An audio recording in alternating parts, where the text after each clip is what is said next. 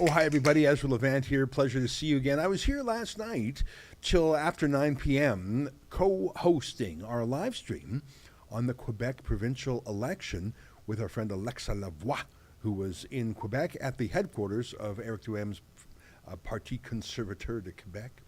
Special thanks to Olivia and Efron, who stayed late with me, too. You know what? I was very excited. I thought that that party would punch through and get a few seats. The polls, the last poll showed them touching 18% in the polls. The last, they only got about 13 or 14%. And it wasn't enough to come in first in any one district. So there they are, 14% of the vote approximately, and yet not a single seat in the legislature of 125 seats. Whereas three other opposition parties, they all were within a couple of points of each other.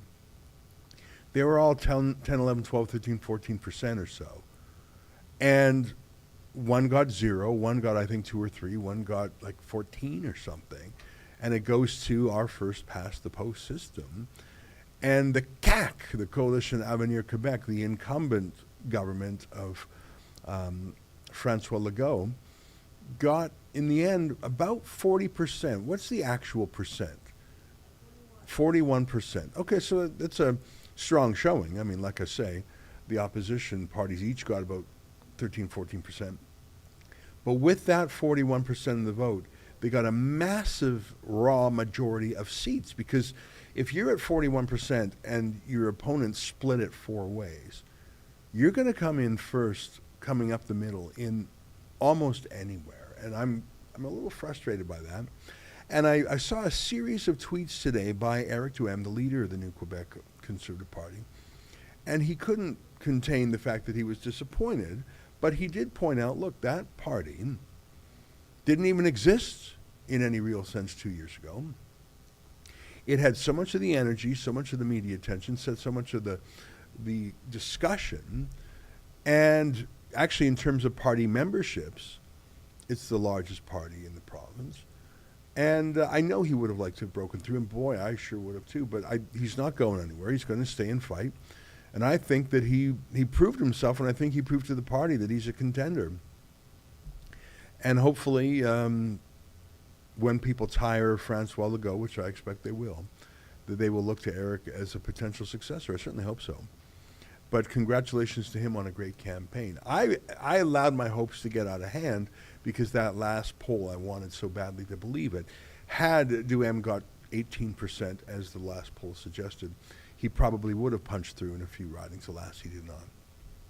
So that was last night. But this morning, or, it's all blurring to me. Maybe it was last night. I want to tell you about the most interesting tweet I've seen on Twitter in a while. And it's by the man who originally sought to buy Twitter, Elon Musk. I'm just going to his Twitter account in my phone right now. He dared to ask a question. This was yesterday. I see that now that this tweet was from yesterday. Let me read his tweet. He said, "Ukraine-Russia peace." Well, you can see right there he's off narrative. No one's talking about peace. Not Zelensky, not Biden, not NATO. They're talking about more military aid, more weapons, drive out Putin, crush him. So mistake number one, Elon Musk, is to talk about peace. What are you doing? You're not going to get an $80 billion defense contract spend if you talk about peace. He said, so here's his proposal, really. Elon Musk, one of the world's richest men, has a peace proposal, apparently. And he says, redo elections of annexed regions under UN supervision.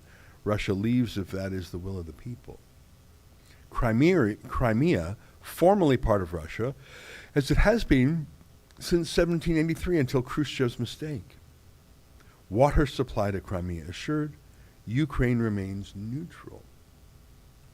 And then he takes a poll, yes or no. And how did people vote? If you click on it, does it show? Sure. Pick whichever one. So it's a lot of voters. How many people voted? 2.7 million votes, and there's only 11 minutes left to vote. So the no's are outrunning the yeses, but not tremendously. Then Elon Musk said, this is highly likely to be the outcome in the end. Just a question of how many die before then. And then he says, also worth noting, that a possible, albeit unlikely, outcome from this conflict is nuclear war. Which is true. I mean, I can't even believe that Russia is talking about nukes. And that's not the top of the news. That's not the top of the news around the world. I find that terrifying. Let me, can you go on Elon Musk's Twitter feed and click tweets and replies, because there was some engagement with him that I thought was very interesting. So Vladimir Zelensky himself engaged and said, which Elon Musk do you like more? One who supports Ukraine, one who supports Russia? And Musk said, I still very much support Ukraine, but I am convinced that massive escalation in the war will cause great harm to Ukraine and possibly the world. Oh, you're not allowed to say that. You only have to, you can only be for total war. I don't know if you remember, but when Russia invaded and the internet in Ukraine was destabilized, Elon Musk provided tens of millions of dollars worth of those Starlink satellite systems. I don't know if you know this. He's got this satellite internet. I'm not very familiar with it, but he really deployed his own wealth and technology to help Ukraine. He's not just like a blue checkmark pundit. He actually probably did more to help Ukraine than any private citizen. David Sachs comment. I'm just going through the tweets and replies feed. David Sachs said, the fact that Elon Musk could be attacked as pro-Russian merely for suggesting a possible peace deal, even though he gave Starlink to the Ukrainian war effort, shows how warped and intolerant the public conversation has become. To which Musk said, SpaceX's out-of-pocket cost to enable and support Starlink in Ukraine is about $80 million so far. Our support for Russia is $0. Obviously, we are pro-Ukraine. Trying to retake Crimea will cause massive death, probably fail, and risk nuclear war. This would be terrible for Ukraine and Earth. Does anyone doubt that? I mean, Crimea was annexed by Russia. It was taken over by Russia 8 years ago, formally annexed. It has been Russian for 8 years. To try and take that back, I absolutely do believe Russia would use a nuclear bomb. There were some more interactions. I just thought that was incredible that he was jumped on so uniformly by all the blue checkmark people. Now, I think part of what he was saying there is unrealistic to have a UN supervised revote in some of those eastern Ukraine regions. I just don't know if that's possible. And maybe these ideas are wrong. But do you know any other Western leader, a business leader or a political leader or a diplomatic leader, or I don't know, a celebrity even, a sports star even, like anyone, who's even talking about peace? And I am no peacenik. But, we know for a fact from the New York Times that the CIA is quarterbacking a lot of the Ukrainian military effort from Kiev, and I think that that's a large reason they've been as successful as they have been. American top-notch weapons, directed or even used by Americans, I think probably it seems to have caught the Russian army by surprise, and it seems to have made it very difficult for the Russians. But it's still a bloody war. Russia still outnumbers Ukraine in terms of population and economy. And, the phrase I hear sometimes is fight Russia to the last Ukrainian. I mean, I know that this is a big showdown with our Cold War rival, but at what cost to ordinary Ukrainians? How is it going to end? Elon Musk, as I just read to you, does not think that Crimea could or would be liberated from Russia. I mean, that would be such a stunning escalation. And I'm sure the Pentagon would like to smash every last tank in Putin's army, and maybe that would in some ways make the world safer. But Vladimir Putin still has nukes, and I think the more he's cornered and the less there is room for a negotiated ceasefire, I think the more likely it is that there would be a nuclear deployment, maybe a tactical nuke, maybe just as a show of force. I don't know. Listen, I'm not an expert in these matters, but just a week or so ago, some sophisticated force blew up Russia's natural gas pipeline to Europe, the Nord Stream pipeline. They blew it up under the sea. And, was it the Americans? Was it Ukrainians? There's a theory that even Russia itself did that to itself, which I don't understand why they would do that, why they wouldn't just turn off the pipe.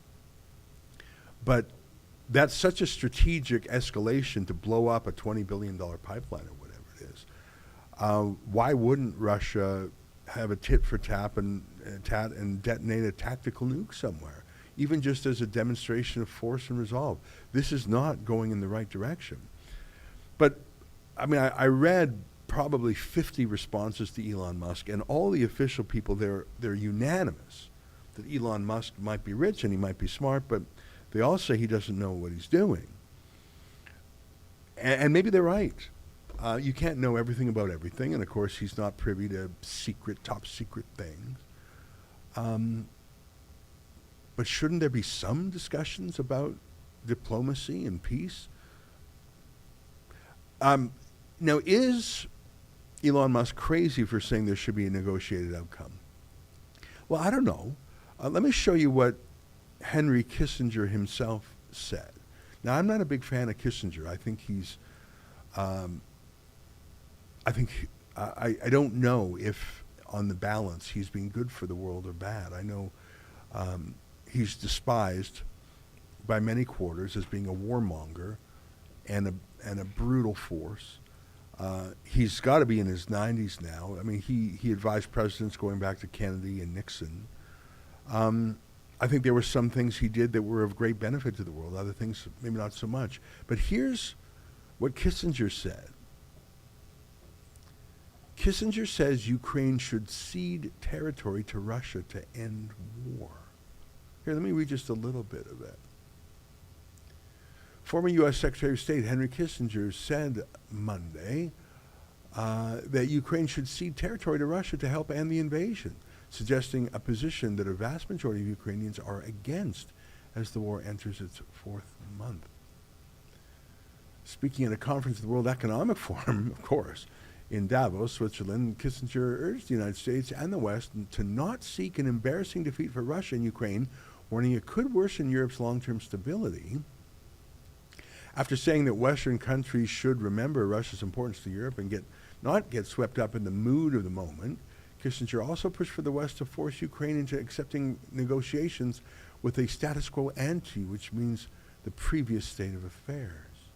Negotiations need to begin in the next 2 months before it creates upheavals and tensions that will not be easily overcome. Ideally, the dividing line should be a return to the status quo ante, said Kissinger, 98 years old, according to the Daily Telegraph.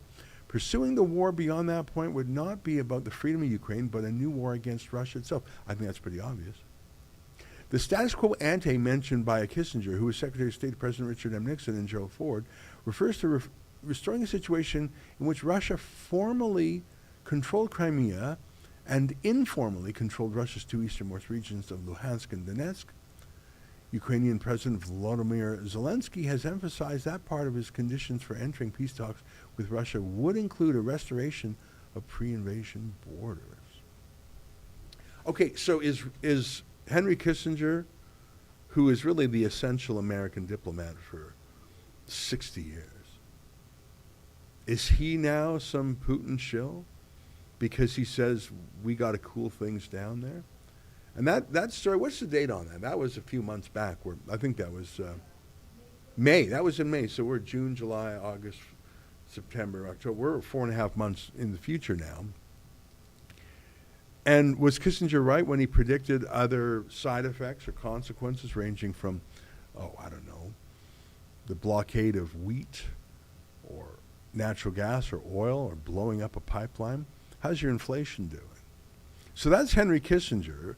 How about the Brits? I mean, the Brits have been very bellicose about this war as well. Do you have that clip from the Times I think it was from the Times or the Telegraph, one of the prestige papers in the UK? The former Foreign Secretary of the United Kingdom. Do you have that link I sent you? Because I know that it doesn't sell weapon systems to have a peace. But perhaps before grinding 100,000 more men into powder, we ought to see, well, where is this going? How can this end? And is there a way, if we know how it's all going to end, can we end it on those terms and save 100,000 lives? I don't know if that makes me a peacenik hippie to say that.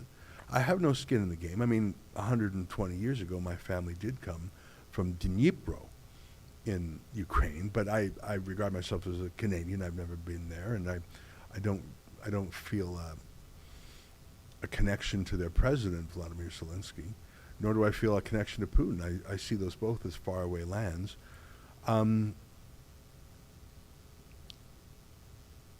It was in my email. If you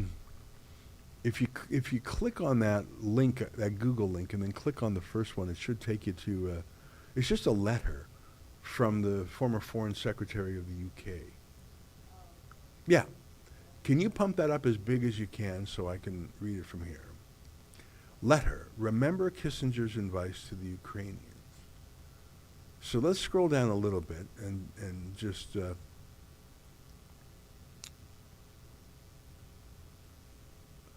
his article, The Empire Returns, Sergei Plocky correctly says that President Putin's demand that Ukraine be barred from NATO is the latest iteration of Russian policy stretching back to the collapse of the Soviet Union in 1991.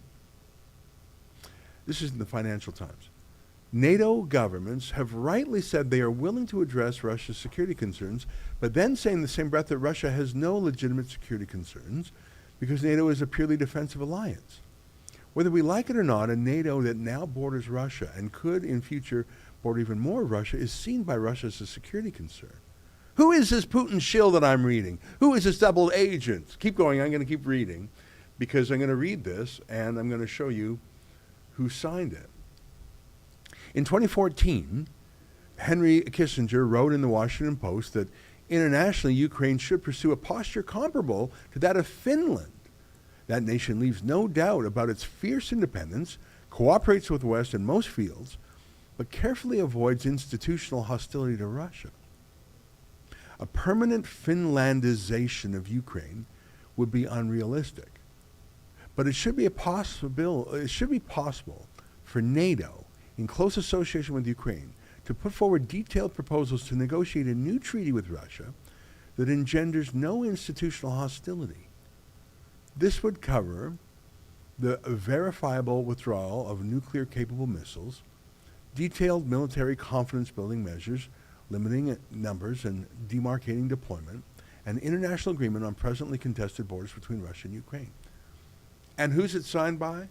Lord Owen, the UK Foreign Secretary, and others, a British ambassador to Russia, British diplomat, professor. Thanks very much. My point is, I don't think Elon Musk has any skin in the game between Russia and Ukraine. He doesn't have a giant Tesla factory in either country. I think they're both too poor to afford it. He's not ethnically related to those places. I don't know if he's ever even traveled to those places. He's just a smart guy who likes turning over problems in his head. I mean, he was Tesla. He was with the Boring Company. He's with the SpaceX. He's a very ingenious fellow who I think put forward what he regards as a endgame solution to stop the grind of the war. And he was pounced on by every diplomat, bureaucrat, politician, blue check mark, and indeed even the president of Ukraine himself, for saying, is there some negotiated way out of this? I don't think it makes you a Putin agent to say, is there a path out of this? And he suggested some ideas. Maybe there's some goofy ones or bad ones there. But so did Henry Kissinger. And so did that whole raft of British diplomats, including a former foreign secretary. I saw a poll. I don't know if you can find this, Olivia, but Blacklocks, if you go to their Twitter feed today, and their Twitter handle is, yeah, I bet that's just, yeah, perfect. Yeah, just click that really big. Today, Blacklocks, one of my favorite news sources, has a story called Oppose Canadians in Combat. And Canadian government polls, I'll read it. Canadians sympathize with Ukraine, but do not want to see our troops or aircrew in combat, says in-house federal research. Quote, few felt the conflict would end soon, with many reiterating concerns regarding the potential escalation into a larger conflict and the possible deployment of nuclear weapons by Russia, said a Privy Council office report. Canadians feel sorry for Ukraine and thought Parliament should do everything it could to help, short of military intervention. Quote, while participants reiterated a desire for Canada to assist in any way, it could most, any way it could, most remained hesitant about the Canadian Armed Forces or NATO taking a more direct role in defending Ukraine, expressing concern this could escalate the conflict further and potentially put Canadian lives at risk, said the report, continuous qualitative data collection of Canadians' views. $2.4 million survey. Thanks very much. So, you know, I know the political class is really butch talking about a war there because it's Ukrainian men and boys who are being killed, and Russians too.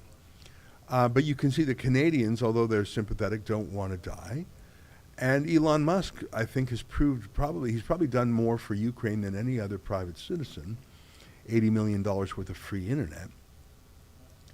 But apparently he's not allowed to even say he's concerned about lives and wants peace.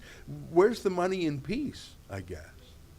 Anyway, so you have it. I see that there's a super chat. I'm going to read it, and then I'm going to get out of the chair and make way for my friends David Menzies and Sheila Gunn Reid. Live stream chat, C1 McFar2 says, Colleen here. Good morning, Ezra. Happy to see you on live 10 a.m. here in Alberta. As much as I really enjoy David and Sheila, it's wonderful to start my coffee break with you. Well, that's pretty friendly.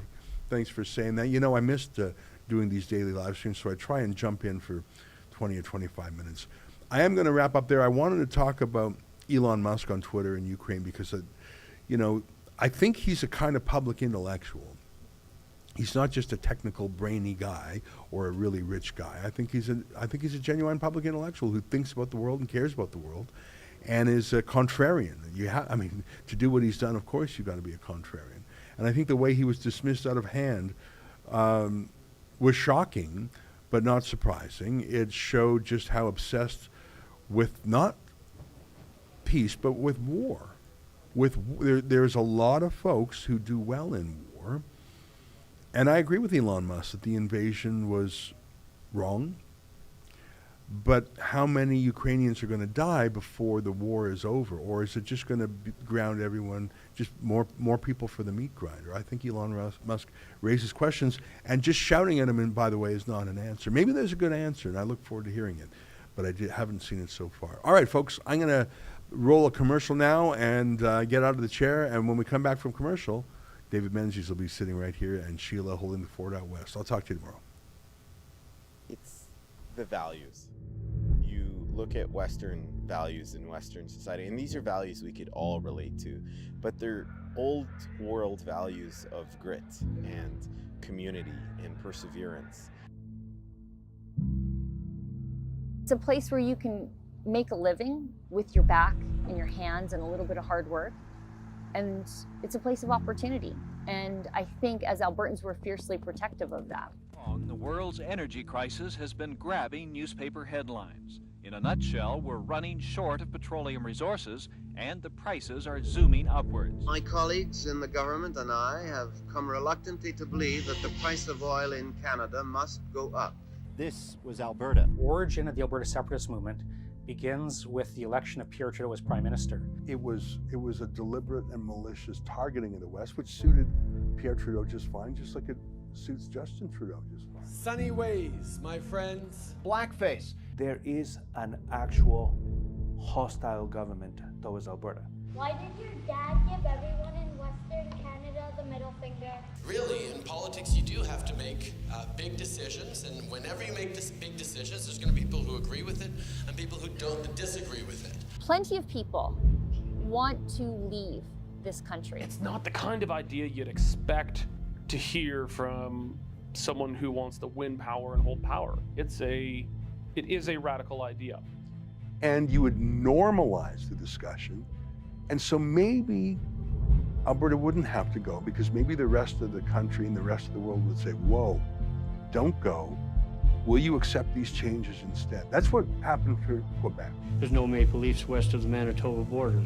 Why do we have a maple leaf by unilateral decision on Canadian flags? Think of how the American colonists were in 1775. That's how a lot of Albertans are today.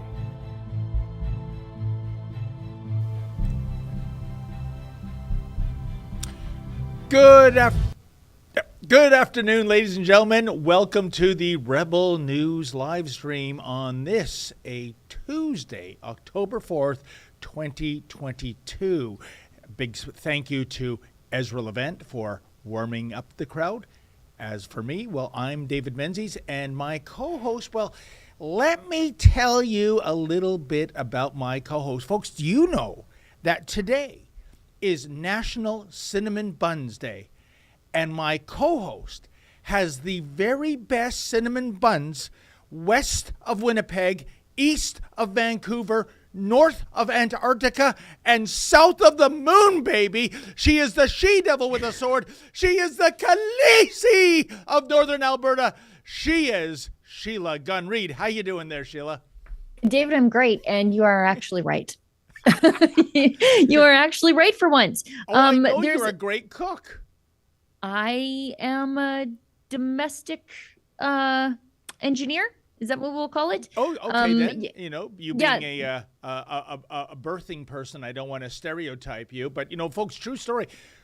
Sheila Gunn Reid's kids, they sometimes wander off the farm. It's very remote where Sheila lives. You know how she gets them back? She makes those cinnamon buns, and they follow their nose just like Toucan Sam. You know, it's also National Taco Day for Yes. the people without a sweet tooth. It's also National Vodka Day for the people trying to drink away their difficult Tuesdays. The Feast of St. Francis of Assisi for my Catholic friends.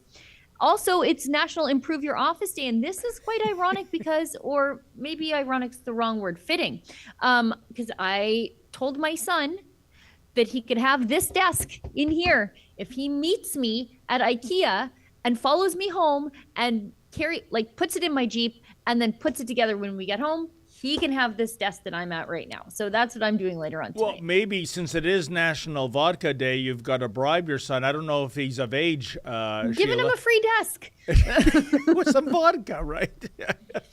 You know, I'm going to need vodka after trying to build stuff with my son. I'm the one who's going to be drinking. I was 23 when I had my first drop of alcohol, Sheila. I'm also not going to bring up what else happened that. But by the way, speaking of vices, and before you get to what we're doing, personal thank you to Fraser McBurney. He sent me this cigar. It's still in a plastic bag with, I think, a device I used to chop part of the cigar off with.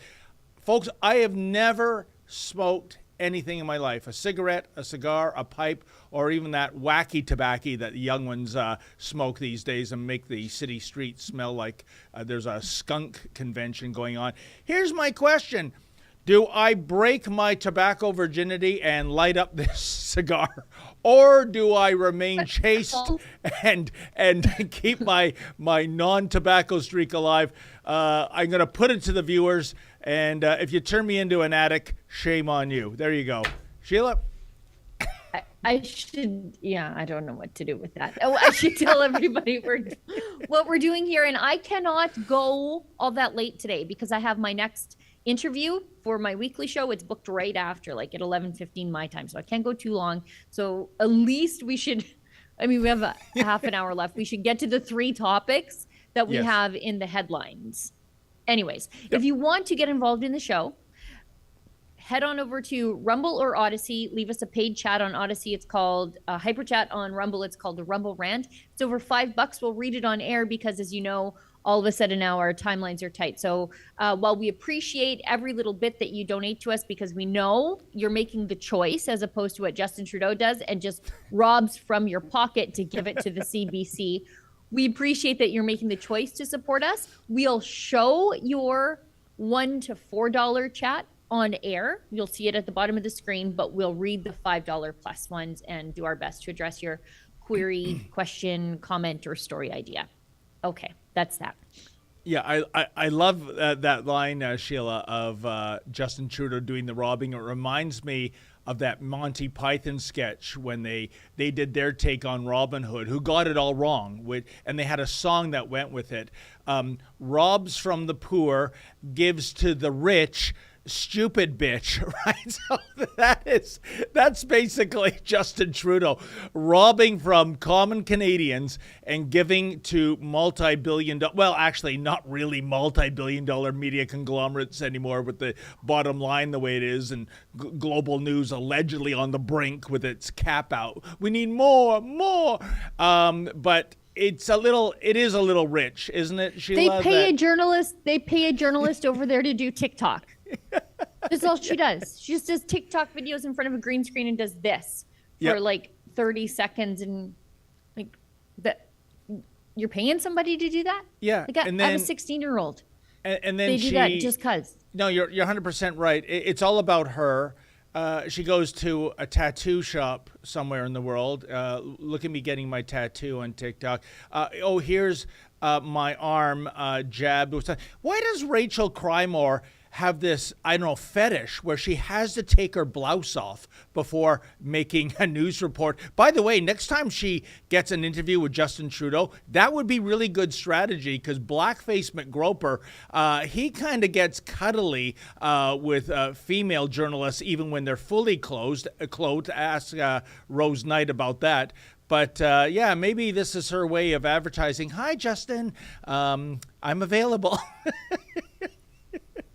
I don't know. I think we talk about her far. I think we talk about her far too much. Could you imagine? Like, look at my arms. Do you think anybody cares? Like, do you think it? Like, you know what I mean? Like, do you think anybody is remotely interested in this? Like, yeah, we've seen people getting tattoos. Wow. There's TV shows about it. Who cares? Anyways, we talk far too much about this. Fair Queen. Let's just move on. Well, as I call her, Sheila, she's the grift that keeps on giving. Let's move on to Theresa Tam. Speaking of overpaid and wrong, we'll move on to Theresa Tam, the head of the Public Health Agency of Canada. I don't know how this woman still has a job. Her only job was to be prepared for a pandemic. And clearly they weren't, because they threw out all the PPE when they let it expire. She has co-authored a study wherein she's the obvious hero. Yep. She claims Canada's COVID measures avoided 800,000 deaths. How do they know that? That's like all these people who say, oh, I'm so glad that I got my 2 doses plus my 4 boosters, because now that I've got COVID, if I didn't have all of this, I would be definitely dead. How does she possibly know this? I started looking at the numbers of people who are over the age of 85. Her predictions mean that literally everybody in Canada over the age of 5 would be dead without her restrictions. Sheila, she must think we as Canadians have very sharp memories, because one thing we learned in the very early days of COVID-19 in 2020, and I remember the press conferences with Doug Ford coming out with his health necromancer, and they were showing these charts indicating it was going to be, if memory serves me, hundreds of thousands of Ontarians dying, not just getting COVID, actually dying from it. And remember, that was called modeling. And we learned as the weeks and months went on that modeling is not the same as data. And this 800,000 number that Dr. Tam is trotting out is, you guessed it, modeling. That they have gone back to the modeling trough to pull a number out of their collective rectums to show this is what could have, might have, should have happened if we didn't take these restrictions. Absolutely no way of proving it. And as I said, Sheila, as we saw from the modeling at the very earliest stages of the pandemic, none of it came true. It was off, I imagine, by 95%, quite frankly. So I'm taking this number, this 800,000 more deaths, if we didn't endure all the horrors of the lockdowns and the social distancing and the masking and the firings and everything else. I'm taking that with a shovel full of salt, Sheila. This stuff reminds me of the climate modeling, where it's always the worst case scenario. I think it's RCP 850. That's the worst case scenario that they use in climate modeling. I think it's 850 anyways. It's the climate model that they rely on to scare you, but it is based on a scenario wherein we burn every ounce of coal on the face of the earth. If you think burning coal causes climate change, but that's how we used modeling before, is to scare you into a carbon tax. And we'll get to that in a second, but it's the same thing. And I started looking at what is the data actually in Canada, because again, they say worst case free for all scenario estimated that 34 million Canadians would have got the virus had it been allowed to run free. I would suspect that's probably entirely accurate to right now, because I'm sure there are plenty of people who just quietly took a test at home, or actually didn't become part of the constant testing cult, because you're just like, I'll just get sick, I'll get over it, and I'll be fine. So the only way you can know this is to test for antibodies in the population, because these are only people with diagnosed tests that you would know that 34 million Canadians would have gotten the virus, because I pulled some of the statistics from Statista. And in Canada, the cumulative numbers of COVID cases in Canada, I think it's to the beginning of September, is 4.5 million. Now, those are confirmed tests, but I bet you it's maybe 3 or 4 times higher than that, because people just, you wouldn't know unless you tested for antibodies in the population, because most people quietly take a test. They're like, oh, I got the sniffles. Let's just curiously find out, or maybe they don't care like I do. And then they just decided, well, I can't tell anybody. I don't want to get banned from traveling, banned from work, banned from this, banned from that, and shunned from family get-togethers. So I'll just get over my sniffles and go about my day. So there's no way that she could even guess at her data right now. But I thought it was interesting, the graph, if we roll down, the cumulative number of COVID-19 cases in Canada. Look at, I don't know if you can see the massive spike. Look at the massive spike there. So this is like when this is December 18th, 2021 is where it goes way up. Yep. So you've got a highly vaccinated population there, and everybody is still getting COVID, which means all those earlier lockdowns, like look at all the lockdowns on there, it didn't matter, because everybody remember they said, we're just going to lock you down until we reach a critical mass of vaccination. Well, we reached a critical mass of vaccination. They opened it back up. Everybody still got COVID, and they're still saying, get your vaccination. You know, and again, it's all speculation. I mean, I remember several months ago, Sheila, I think it was around April, if memory serves, Dr. Carolyn Bennett, who was a Toronto member of parliament, like forever. She goes back to the Chrétien days, if you can imagine. Yeah. She tweeted out, sad news, I've tested positive for COVID-19. And then in the same tweet says, words to the effect of, thank God I got double jab plus booster. Yeah, say the script.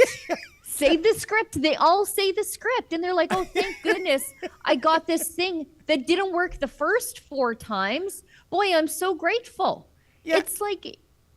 Sheila, isn't a vaccine supposed to protect you from getting the... And you know what's remarkable, David? If we said this a month ago on YouTube, we'd be nuked. Yeah, I know. But now we can say it now because they changed. We can say the vaccine doesn't stop the spread of the virus. We can say that now.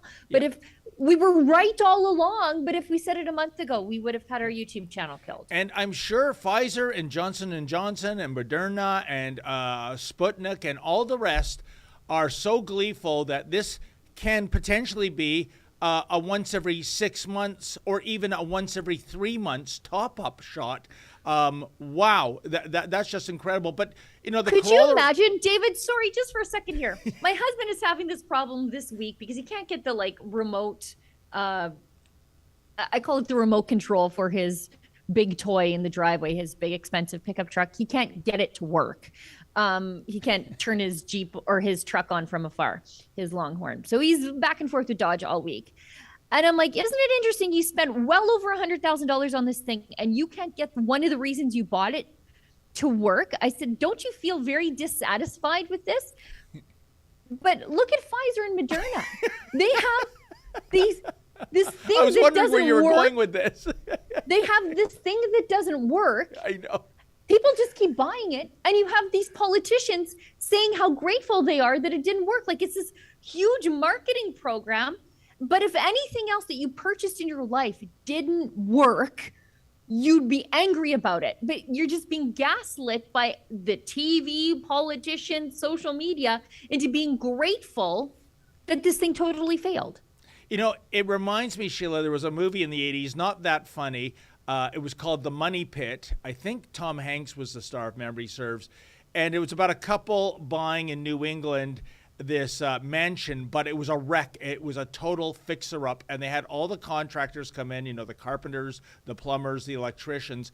And the running joke was whenever they asked, when is the job going to be done? It was the same answer, 2 weeks. And the best joke of all is when Tom Hanks loses it. He goes to the contractors and he says, 2 weeks, 2 weeks, 2 weeks. It's always 2 weeks. When? Give me an honest answer. When is this going to be done? And the contractors, they say, we swear, sir, 2 weeks. The screen fades to black and then it reopens again. And the subtitle is 6 months later. And the house looks exactly the same, right? That's COVID. I know. That house is COVID. Yeah, that's COVID. Okay, we should move along. Okay. Because we've got Justin Trudeau.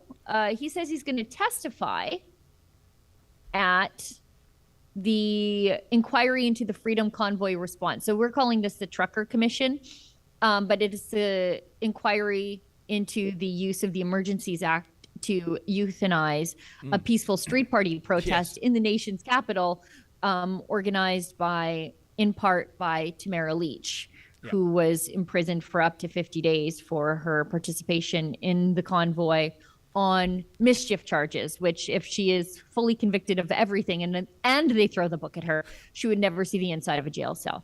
But according to this, there's 60 witnesses. Some of those witnesses are not yet public, but it includes 8 cabinet ministers, Public Safety Minister lying Marco Mendicino, Deputy Prime Minister and Finance Minister Chrystia Freeland, the woman who cackled at the prospect of financially destroying her political opponents. They're expected to testify, and Justin Trudeau as well. The act was invoked on February 14th to end protests and the jamming of border crossings in Alberta and the Ambassador Bridge in Windsor, Ontario. It was revoked 9 days later when they would actually have to produce proof of requiring an anti-terrorism law to be invoked on peaceful Canadian citizens.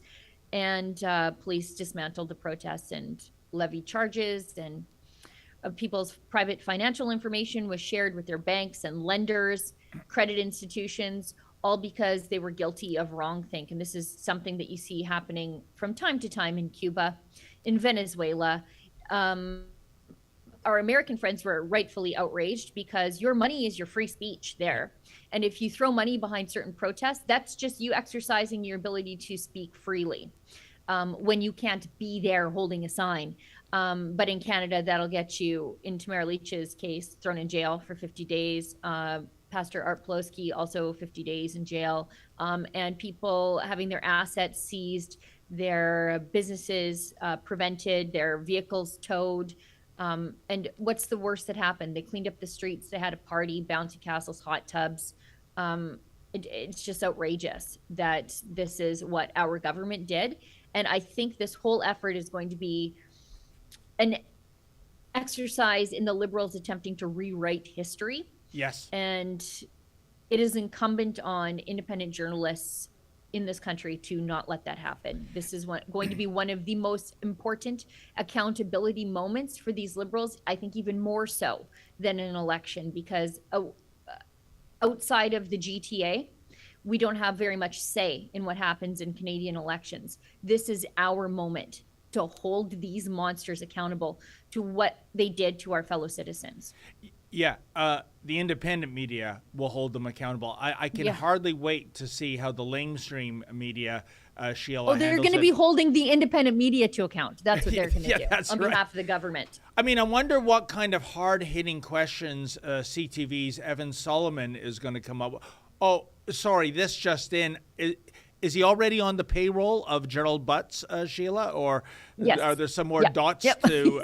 He's over there at Eurasia Group getting untendered contracts from the Liberals with Gerald Butts. Yeah. Oh man, they don't even hide it anymore, eh? They just don't even hide it. They're not hiding it.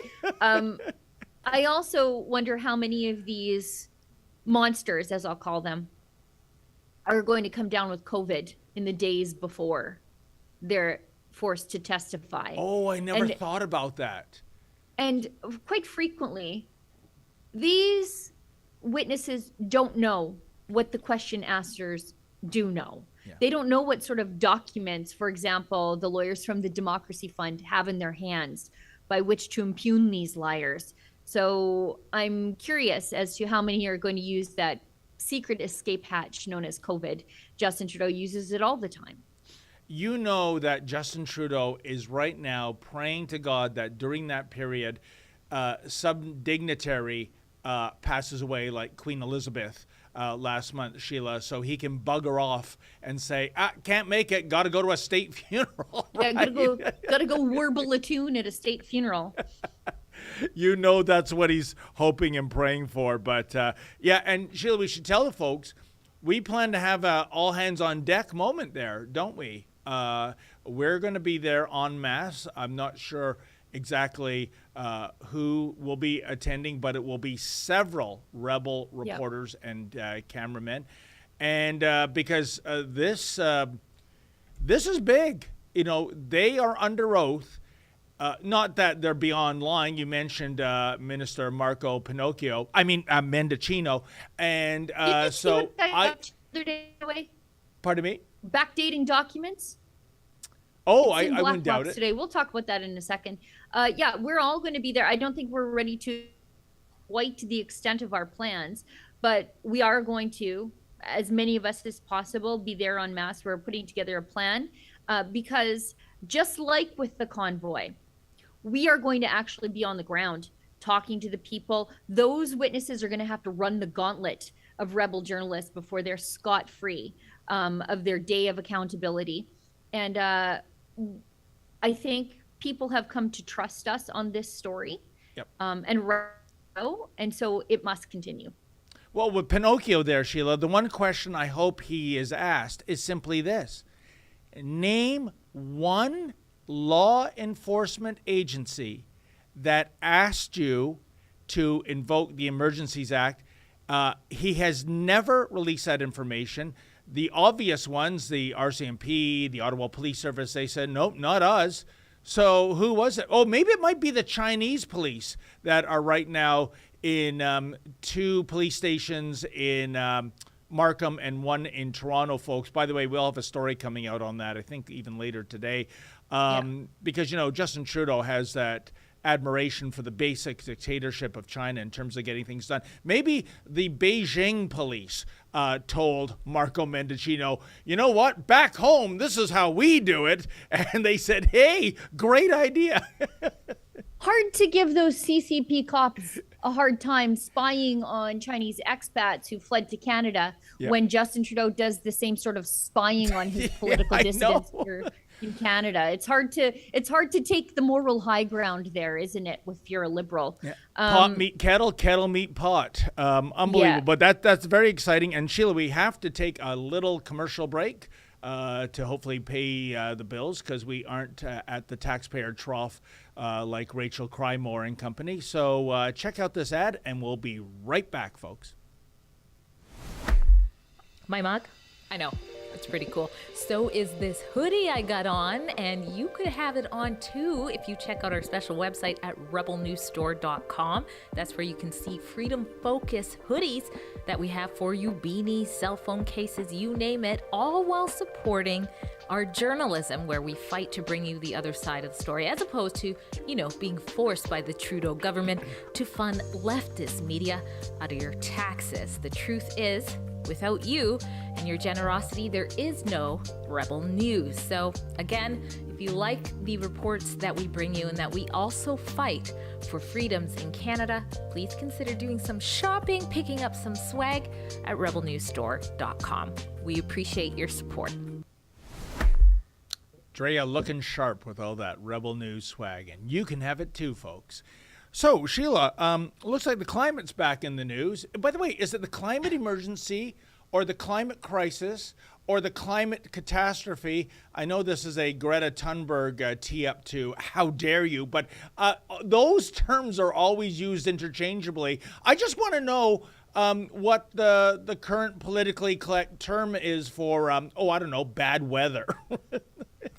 I'm working on a story about that right now because Health Canada did this study. I think it's largely unpublished because it was so poorly done, where they noted the number of people who came to a government website to get information on climate change. I think they meant weather. Like if you went to Environment Canada to check the weather, they counted that. And then they said the number of people concerned about climate change, it's growing every single year. But they don't define climate change because how do you define it? You're trying to capture as many people who are concerned as possible so you can sell them a threefold hike in the carbon tax. But some of these people are just I went and checked the government website because I'm concerned about the weather. Or you can say I'm concerned about climate change. But that doesn't mean that I think my SUV did this. You know what I mean? So they never quite define it. But it doesn't matter because the Liberals, they know what's going to stop the weather from changing, and that's paying a tithe to the climate gods threefold. And you know what, Shelley, you're so right. Currently in Ontario, there's 7 young ladies. Scratch that. 6 young women and 1 two-spirit person. And I'm not sure what the actual assigned birth gender is, and that's a whole Pandora's box.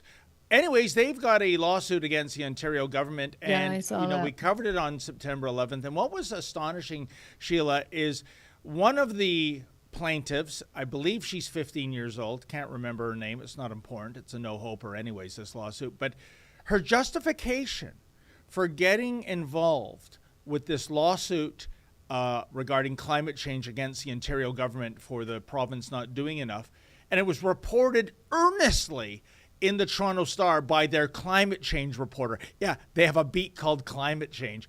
I can tell you why. Because they get a grant from the feds for a climate change reporter. So every time, I'm reading my local newspaper, I'm like, nobody cares about climate change in Fort Saskatchewan. In my local Fort Saskatchewan Record, there will be an article about climate change. Why? Because the little Post Media wire service that does my local newspaper, they get money from Justin Trudeau to fund a climate change journalist. So he is basically funding a liberal propagandist at your local newspaper and Sheila, calling it a journalism bailout. Is it too much to ask that the climate change reporter knows the difference between climate and weather? Because he quotes this 15-year-old earnestly when saying, why'd you get involved? And I'm paraphrasing here, but you'll get the gist of it. she was in this severe weather event in May, and it was in all of southern Ontario, incredible wind gusts for all of like 20 minutes, but it did a lot of damage. And she said, I was on a road and I saw an oak tree fall down, and we had to make a U-turn because the road was unpassable. And then behind us, another oak tree fell down. And then I said to myself, wow, this climate change is real. And that's what motivated her to be a wannabe Greta Thunberg / climate litigator. You mean her exploitative parents? Oh, yeah. Not Yeah, no. two trees falling down. No kid even. Like, my kid would be like, okay, well, Mom, can we jump this? Or we got to go all the way around? Sheila, just like Greta herself, these are 7 stooges. They are 7 useful idiots. Look at these girls. Well, 6 girls and 1 who cares? Kind of girl. They're kids. I don't want to kids. offend anyone. They're 7 kids that are exploited by the adults around them for clicks, likes, and attention. Exactly. But for the now, I know if you're having an interview with a 15-year-old, you don't want to get super aggressive. I mean, it's not a fair fight. But would it be too much for that reporter to say, with all due respect, you do know that there's a difference between a severe weather event and climate change, right? But no, this is printed out as the gospel. And there they are, you know, the Magnificent 7. And of course, wearing and using products derived from the fossil fuel industry. You can never let that I just get so angry at the parents when I see this. Like, no, I agree. Think, why are you doing? Because your kids can't take this back now. Once they grow up to be reasonable, autonomous individuals, they can't take any of this stuff back. It's out there. I didn't know we were going to show their picture. We should have had a contest. Guess which one of the 7 is two-spirited. Doesn't matter. These kids are victims. That's how I see it. Doesn't matter. Let's roll the clip of Pierre Poilievre, and then we'll see if we've got some chats. Great. They want to divide and distract. They attacked the little old lady living in rural Newfoundland, calling her a polluter for the crime of heating her home in February. According to the Liberal Premier of that province, after the forthcoming increase in the carbon tax, the increased cost of heating the homes of rural Newfoundlanders will have gone up by 80%. Worse yet, this government wants to triple the tax. Why won't they axe the tax? The Honourable Minister. Thank you, Mr. Speaker. I'm happy to announce that we are putting in place a program to help tens of thousands of Canadians to get off home heating oil. Price of home heating oil is skyrocketing because of the illegal invasion of Ukraine by Russia, Mr. Speaker. We will put $250 million to help tens of thousands of Canadians go to clean, efficient, renewable energy in Canada to heat their homes and save money, Mr. Speaker. Thank you very much. The Honourable Leader of the Opposition. Oh, great. Just what we need. A new government program to help us pay the cost of a government tax. Right? Don't worry if you live in the countryside of Atlantic Canada, where 40% of people now live in energy poverty after this government has been in power for 70 years. There's a new government program coming.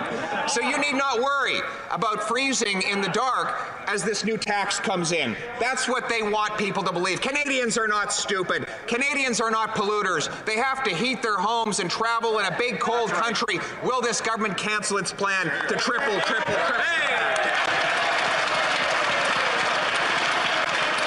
Honourable Deputy Prime Minister.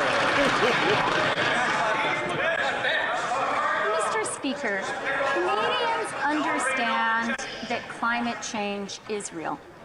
And Canadians also understand that the global economy is in the midst of a green transition. It's the biggest transition since the Industrial Revolution. Our government believes we need to help Canadians with the green transition.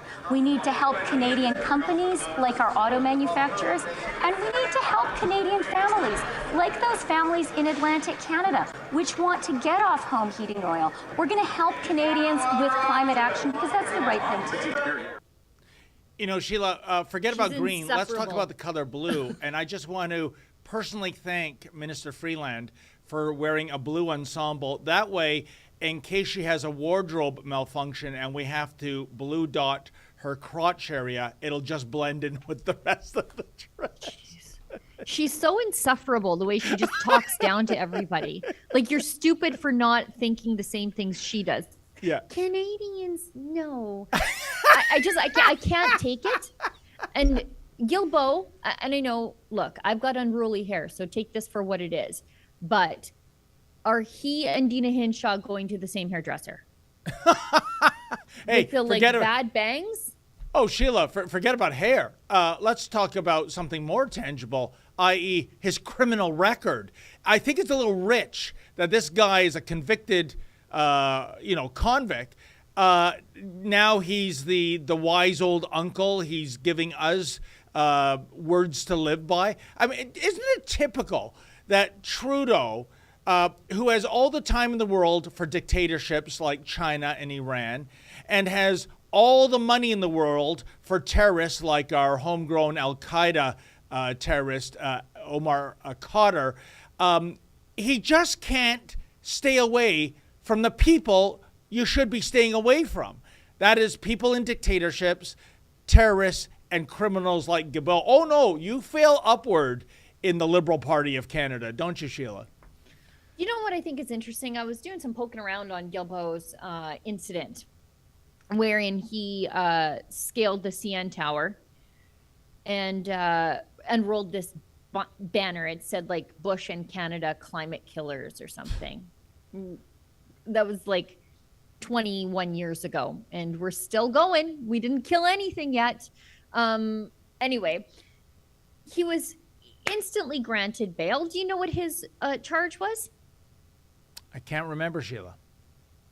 It was mischief. Isn't He that was interesting? granted Mischief.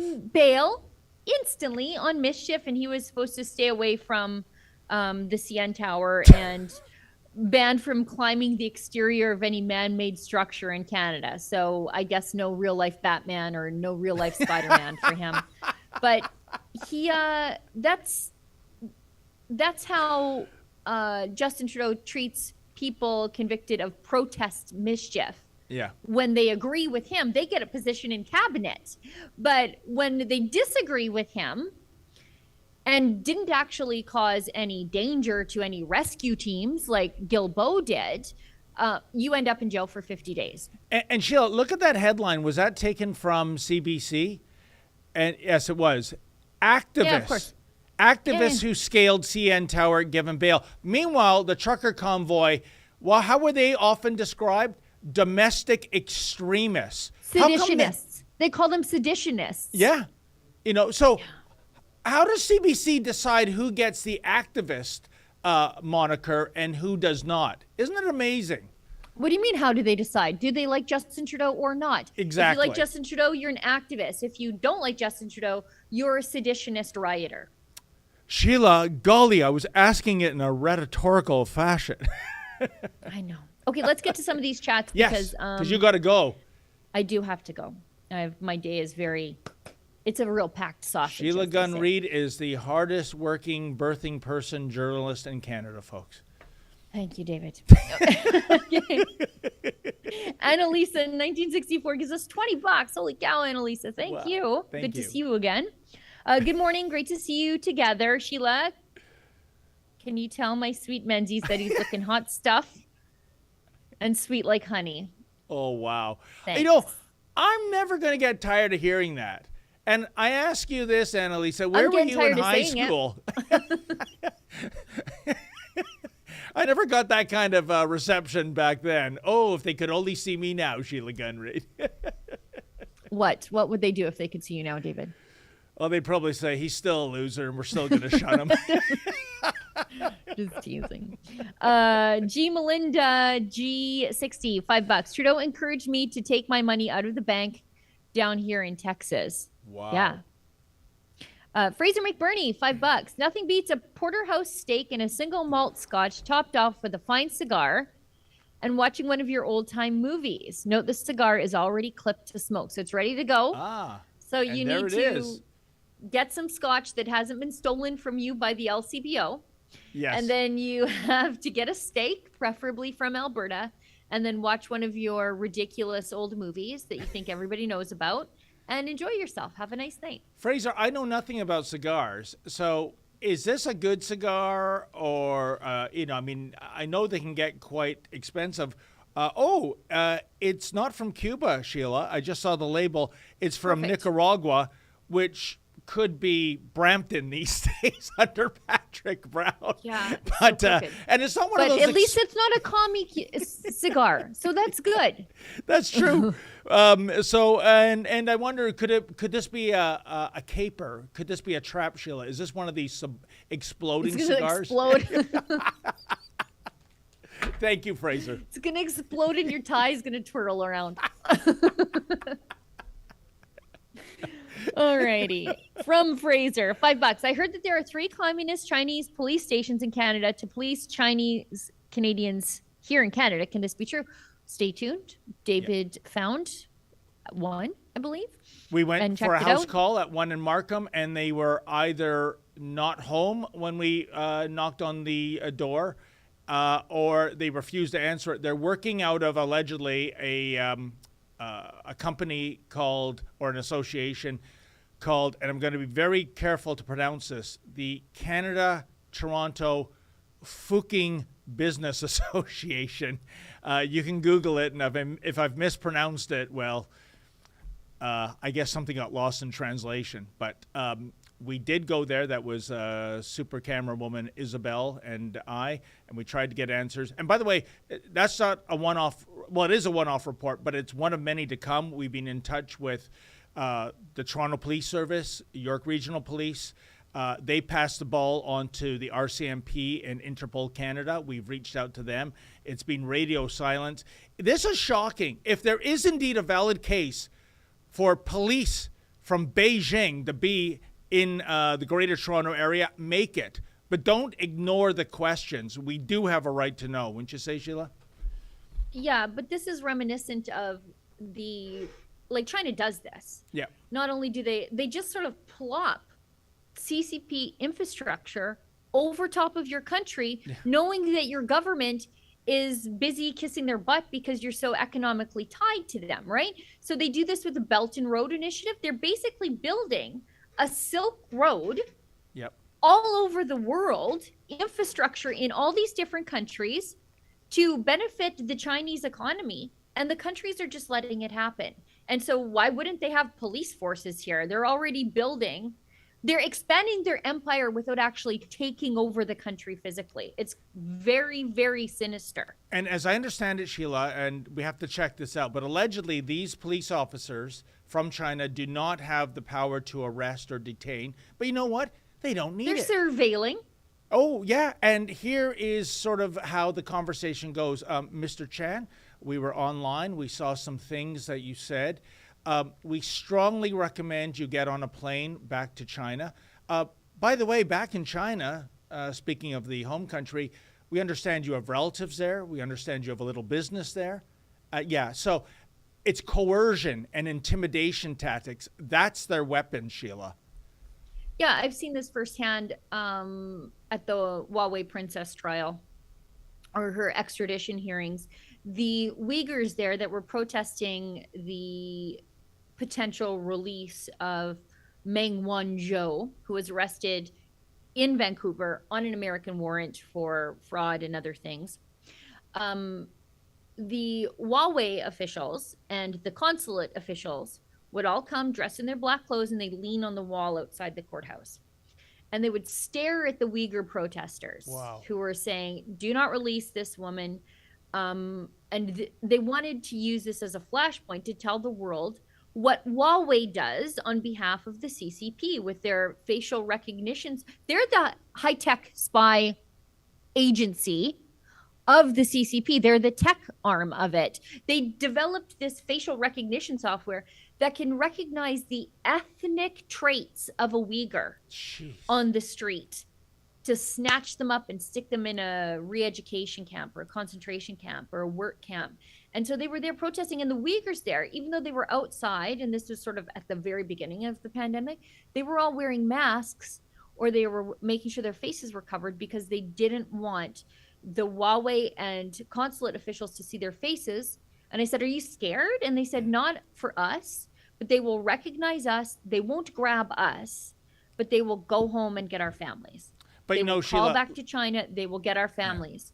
But let's be fair when it comes to Huawei. Thank God former Huawei employee, Mr. Jean Charest, was doing all that negotiating for the two Michaels so that, more than 1,000 days, I guess. Even Huawei was like, no, that's not what you were working on. Yeah, that's his Mendocino moment, I think. You know. Oh, my God, what a loser. When the sinister CCP spy arm comes out and says, no, that's not quite what you were doing. Not a great look. Well, another Charest quote, freedom, there are more important things to discuss, right? Unbelievable. Yeah. Okay, let's get to these next. I'm getting real close to cutoff time here. So we've got Kenzie, 67, $5. Great show, guys. So please check out how the billions in carbon credits are being pure money grabs from ESGs. Good start here. My friend Michelle Sterling from Friends of Science is all over this stuff like a dirty shirt, this ESG garbage that permeates into like insurance companies. It's the new social credit, environment, sustainability, and governance or whatever. And it's basic climate social credits. And it's before you can get financing, before you can get insurance for these big major projects. Like oil and gas projects, if you don't pass this ESG garbage, you don't get lent the money, which means the project doesn't go ahead. And it's social credit. That's all it is. Unbelievable. And the next one, C1MC FAR 2 gives us $5. Yes, we have climate change. It's called spring, summer, autumn, and winter. Must be nice because we just get like summer and winter. Bragger. And I think that's it. We're all cut out. Oh, okay then. Well, listen, folks, thank you so much for tuning in, and thank you for those donations. A special thank you to Annalisa. Wow, you've really made my day, as always. And to the people behind the board there, that would be the lovely Olivia and the even lovelier Efron. I play no favorites here, folks. Thank you to my co-host, Sheila Gunn-Reid, and there'll be 2 other Rebel News personalities here tomorrow at 12 Eastern. In the meantime, as always, stay sane! We all stand up together. We call it out. Make sure you guys know about Mahsa Amini. She was 22 years old who lost her life, got murdered by morality police in Iran.